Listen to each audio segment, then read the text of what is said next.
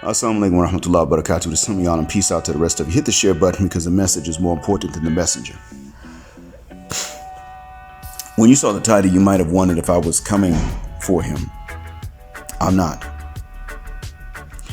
But I'm going to let you hear what he said because that has implications for us. I'm glad he told us. We needed to know this. Let me tell you what the implications are for us after you hear exactly what he mentioned. Hold on. Paternity test clinics, the average was 29% paternity fraud, okay? For black men, it's 41 fucking percent, going towards half. Paternity test clinics, the average was 29% paternity fraud, okay? For black men, it's 41 fucking percent, going towards half. You all heard him say that twice. I just played it back. Stop and think about what the cuss word that means. Did I not tell you that this was war they are involved in against us? It's not just a genetic elimination that they want to perform. Why? But that is there, right? That's what part of it. Yeah, they want to genetically eliminate the bulk of us. Yeah, that's the absolute part of the war. I'm looking at you like, N-word, you don't have a right to reproduce at all. You have no such right to reproduce, you N-word. Most of you don't, especially the ones of you that are responsible and brainy and non-stereotypical. You have the least right to reproduce because massa don't want a bunch of y'all being unfit for bondage and exploitation. Massa wants you to be strong of body and weak of mind. And I want you to have a dick bick. That's what she's saying in a nutshell. And when you fall short of that, it's over for you. Yeah, that's absolutely what they do. That's absolutely what they're thinking. That's part of it. That's the beginning. Now you would say, okay, well, they don't want us with them. Okay, then what's the problem if we do get passports and go abroad? They don't want you with anybody. Those of you that prove that our race is not inferior are the ones they least want getting with anyone at all, them or anyone else. Now, this goes further. This goes on. This is part of the effort. But one of the reasons I call it a war is because of the deception that is at play. They want you to pay for the few men they allow to play. To feed, they want the rest of us to feed whom the few are allowed to breed and conceive. They want the rest of us, the bulk of us, the same ones they want to boycott collectively from any reproduction. They want us to fork over the cash for the few they allow to smash. The dual mating strategy is a war. Because what they're saying is you need to pay the price and take all the disadvantages and go through everything to raise the seed of the ones for whom we feel the need, but you should not get the benefits. You should not survive into the next generation because you are an inferior male.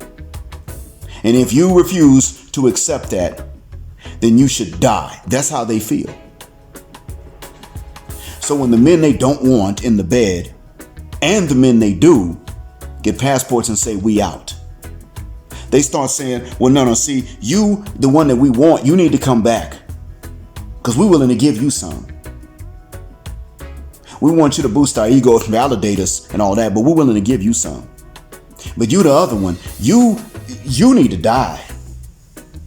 You shouldn't be allowed to go nowhere and get none because you're an inferior. And the only thing you good for is raising, or really not even raising, but just feeding and supplying and providing for me and my kid by somebody else. And the only reason I'll give you some is so that you think you're raising your own. Do you see where I'm going with this, gentlemen? Most of us are in that second category. That's by default. It's not something you did wrong. It's not your game being weak and ain't because you too short. These are things they may say and they may actually believe them, but it's really just because you're a normal guy. That's how it works in the West. Karen's the same way. Don't let them fool you. But 41% of those that go for the testing, not 41% of all men. We don't know what that percentage is. If it's higher or lower, we don't know. But we know that those who get the testing done, if you're black, 41% of you will find out that you ain't the father. Stop and think about that. What the F, man? That's war. Paternity fraud is war. It is designed to deny you yours, but to take what you already got as theirs and give nothing in exchange. Leonidas told his 300 in that movie. I don't know about in history, but in that movie, he told his 300, give them nothing and take from them everything. That's what you say in war. That's what you do in war. You give nothing and you take all. It's not a fair exchange. That's what you do. And I'm looking at what they're saying now with this 41% that we know of. And I want you to understand what this means. If the average independent of race is 29% and ours within the race is 41% of suspecting fathers who find out that they're actually not fathers, that means that somebody's got to have some block of the population has to have something well below 29%. And I don't think it's Karen, Becky, and Amber. So that means it's somebody else. And that's really where brothers are going. It's usually other women of color. When brothers get passports, or if they don't get passports and they stay stateside, but they leave alone sisters, they don't usually go running to Karen, Becky, and Amber, despite what some of them may say, just to troll sisters. A lot of times what they're doing is they're going for the women of color. There's more in common there than there is with Karen, Becky, and Amber. And we're American, but we're polar opposites. We don't believe that colonization is okay. They do.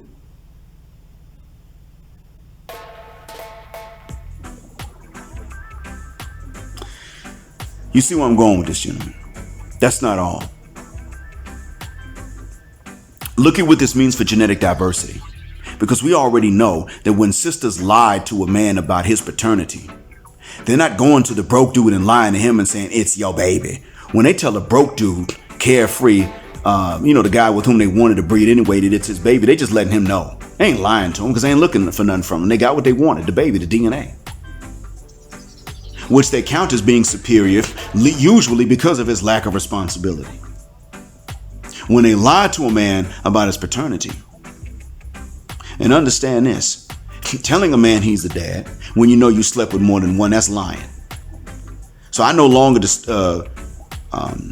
longer willing to morally discriminate between discrepancy and fraud. Legally, sure, but morally, no. I'm not willing to. You was getting dug out by more than one, close in time of your conception, and you tell one he's a dad and you don't know, you committed fraud. You knew you were lying. And when women lie to a man, they tell the man that's responsible, oh, it's yours. That's what they say. That's how they say it. That's the criteria based on which they say it. They're going to go to the guy with the deepest pockets and tell him. They don't necessarily hope that he's the one who actually sired the baby. They just hope he believes it.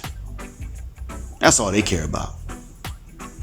They usually know that it's most likely to be the one who had the least to offer, because that's the most carefree one, and that's the one they think got the most swag and game, least responsibilities. Yeah, it's easy to just be a coxman when you don't have responsibilities. It's like Chris Rock said. I'd be a killer in the bed if I had 8 hours to work on my stroke and didn't have to get a job. But you know what? The lights are paid. The bills are paid. You better let the security make your nipples tingle. He didn't say nipples.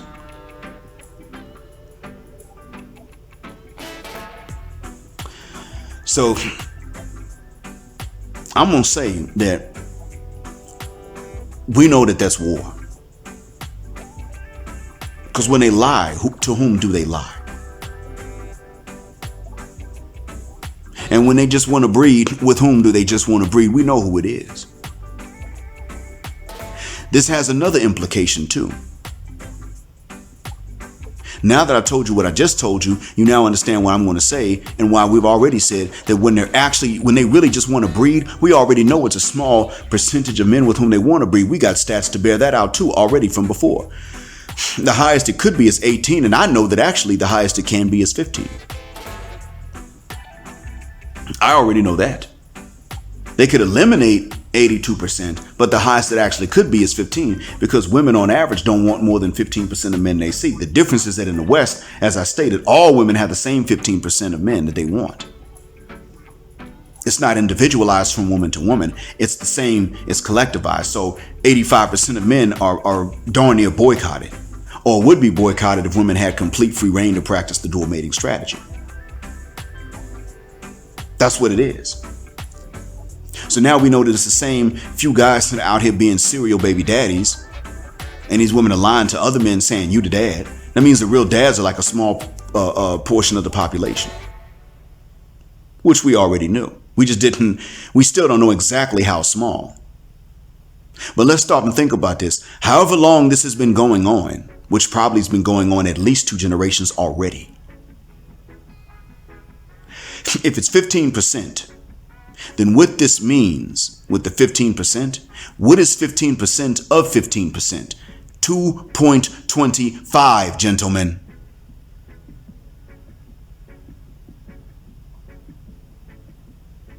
That's what it is. 15% of 15% is 2.25.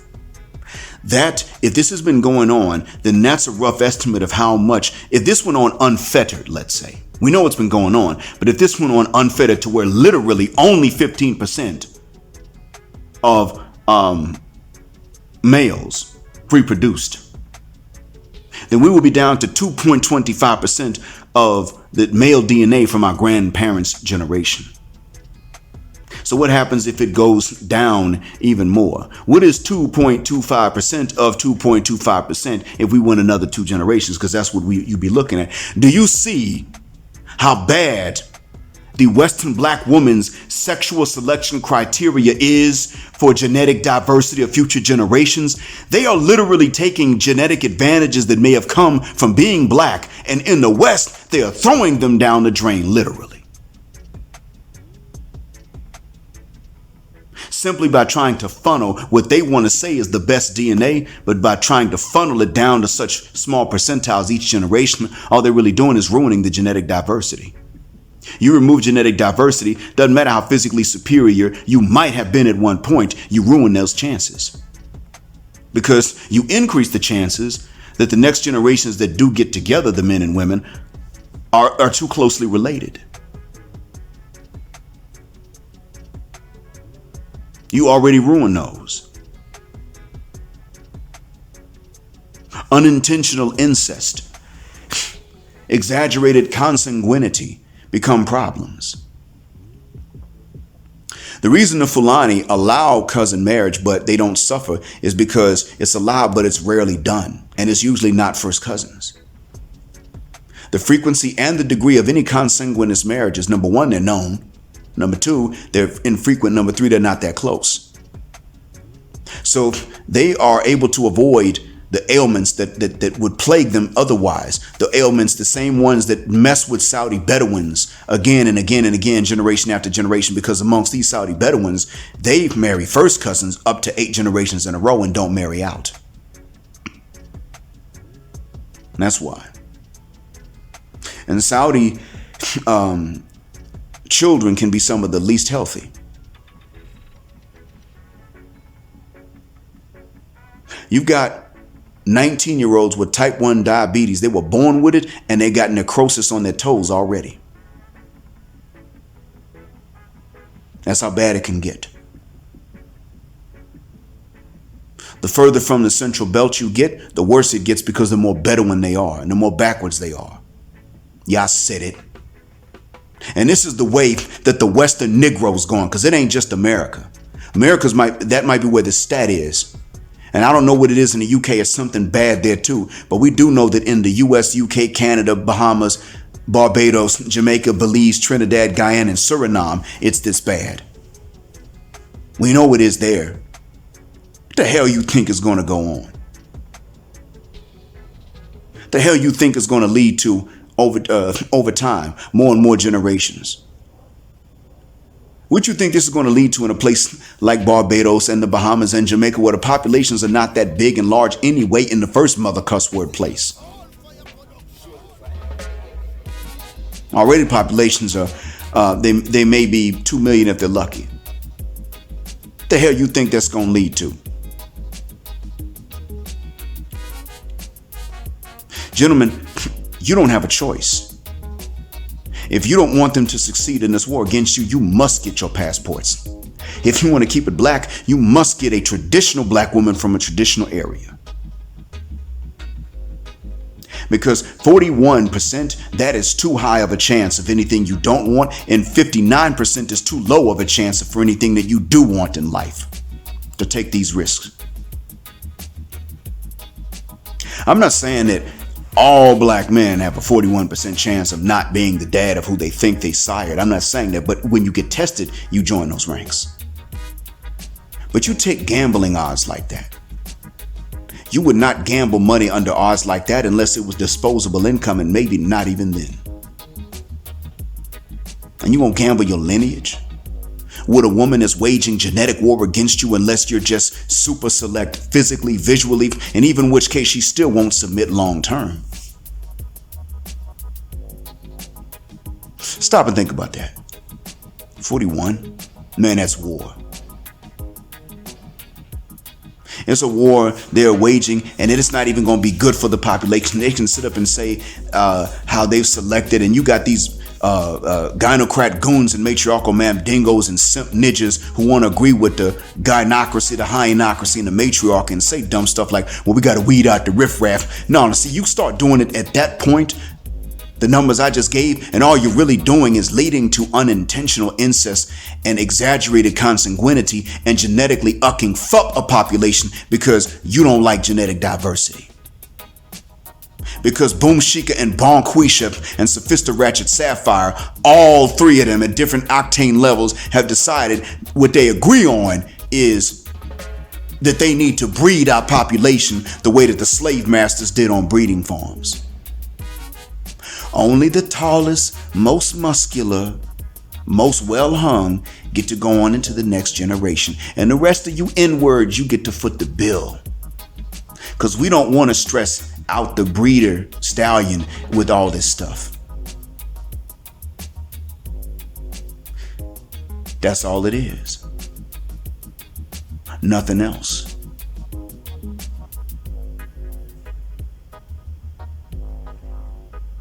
And you sitting up here, you brothers up here trying to debate about whether or not we should even stay and save the community. They're sitting up here trying to breed the community to be nothing but good slaves. And most black men still don't become these stereotypes that would make us fit for captivity.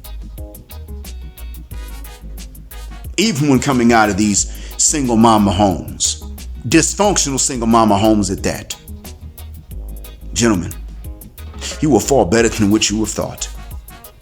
Every time I learn more about us, I'm impressed. Every time I learn more about how you were being sexually selected from within the black community in the West, it's devastating. I'm not even promoting fornication, but understand this goes into marriage. That's 41%. They didn't ask if the men were married or not. It's 41% of black men who suspect that they're not the fathers or have another reason to go for paternity testing, like they're going to donate an organ to a kid. Responsible black men are being genetically boycotted and only granted access to sex so that they think they sire those whom they did not sire. Meanwhile, the breeding strategy of the Western black women as a whole, collectively, you can compare to that of bears. No joke, female bears practice this. Yeah. Female bears, they will mate with a male they don't mind mating with. Then after that, they will go ahead and mate with other males around so that all of them think that that they sired her cubs. And they're less likely to eat her cubs if they see them next spring coming out the dens after hibernation. This is the female bear's mating strategy. Now, how conscious they are of this, we can't ask them and they can't tell us. But can we justify this strategy for human beings? Hell nuckin' foe. Oh, I'm gonna lay with the buck Negro. Then when I miss my cycle, I'm gonna call up one of the guys in my friend zone. Gentlemen, that's why you gotta not be available for this stuff. When I tell you to practice male chastity, do you not see in this a reason that you should practice this, especially as long as you live in the West? Do you not see why? Because if you don't, they will call you out of the friend zone to come tap that, and they're already carrying, and you don't even know it. And they do. They know, which is why they call you. Then they come back later on. I missed my cycle. It's yours. What? Yeah, you remember. And that's why you can't fall for this stuff, gentlemen. When a Western woman, white or black, calls you up out the friend zone to come tap that, you got to know that that's what it is.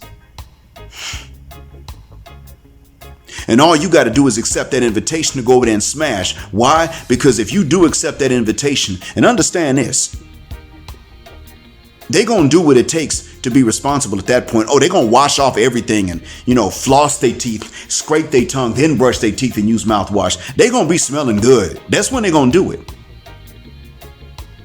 Because once you accept that invitation and you stick it in, they got you. Why? Because then you're really not going to know for a long time if it's yours or not. And by the time you do find out, the law might side with her anyway. And you still on the hook for the support, depending on where you live. This is a war to make sure that you must feed whom you did not breed. You must pay where other men only played. And that you don't get the genetic benefits out of that. That's what this is about. And in order for a woman to select you to be that victim, even if they're doing this to 85% of men, they still have to have a disdain and a contempt for you, telling themselves that for some reason or another you deserve this. That's why they do it. And they'll sit up here and mess around and tell you years later, and when they're angry, you ain't the daddy no way, N-word. And they know who the dad is. And Becky's doing this to her man too. So Shine, don't sit up here and tell me, yeah, man, that's why I'm gonna get me a Becky. Bruh, she'll do the same thing. She's doing it to her man. Why wouldn't she do it to you if she could? I hope that this message helps you out. Thank you for listening. And thank you, BGS, for telling us this. And I mean these thanks from the bottom of my black heart and the depths of my black mind. As always, black heart, black mind, black out, assalamu alaikum, and black heterosexual, non-select male power just because she don't like it. And black patriarchy until extinction or judgment day.